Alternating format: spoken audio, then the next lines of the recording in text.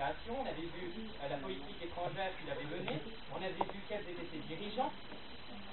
Eh bien, par la suite, on avait étudié ses difficultés en politique intérieure, la fuite à l'ouest, etc., la dissidence.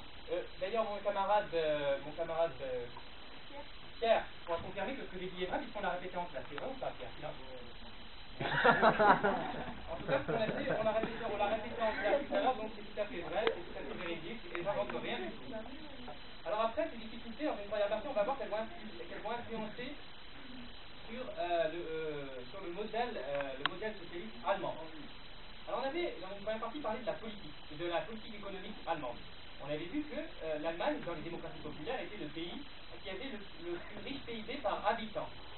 Le pays où on vivait le mieux en Europe de l'Est, avec une décroissance les plus fortes, qui était due au fait qu'elle avait un capital humain assez important, assez élevé, et qu'elle avait un capital déjà industriel, combien il avait été détérioré par la Seconde Guerre mondiale, qui pouvait facilement être remis en place avec ce capital donc, culturel, c'est-à-dire le niveau d'études, etc., des membres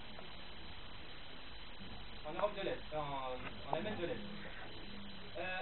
Donc je vous avais dit, vous avez même cité l'ami Galbraith, économiste qu'on a étudié, pour qui le PIB par habitant RDN est même supérieur au PIB par habitant en Angleterre à cette époque. Imaginez ce que c'est, hein. Imaginez ce que c'est. Non, je tiens quand même à dire, bon là peut-être Mackinson appuie certaines choses auxquelles il croit, et c'est une très bonne chose, bravo, hein.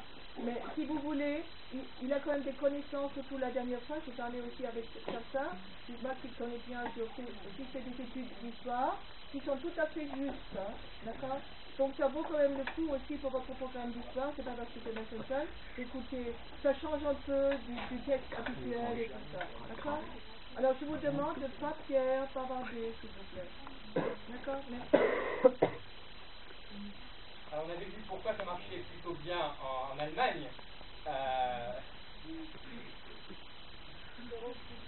Parce que Marx avait prédit, on se rappelle, Marx était allemand, l'allemand de l'Est, et allemand de l'Ouest. Enfin, à l'époque, il n'existait pas, il n'y avait pas allemand de l'Est, allemand de l'Ouest, il est vu originairement l'idée d'allemand de l'Ouest, qui voyait pour lui la révolution prolétarienne en Allemagne et seulement après en Russie.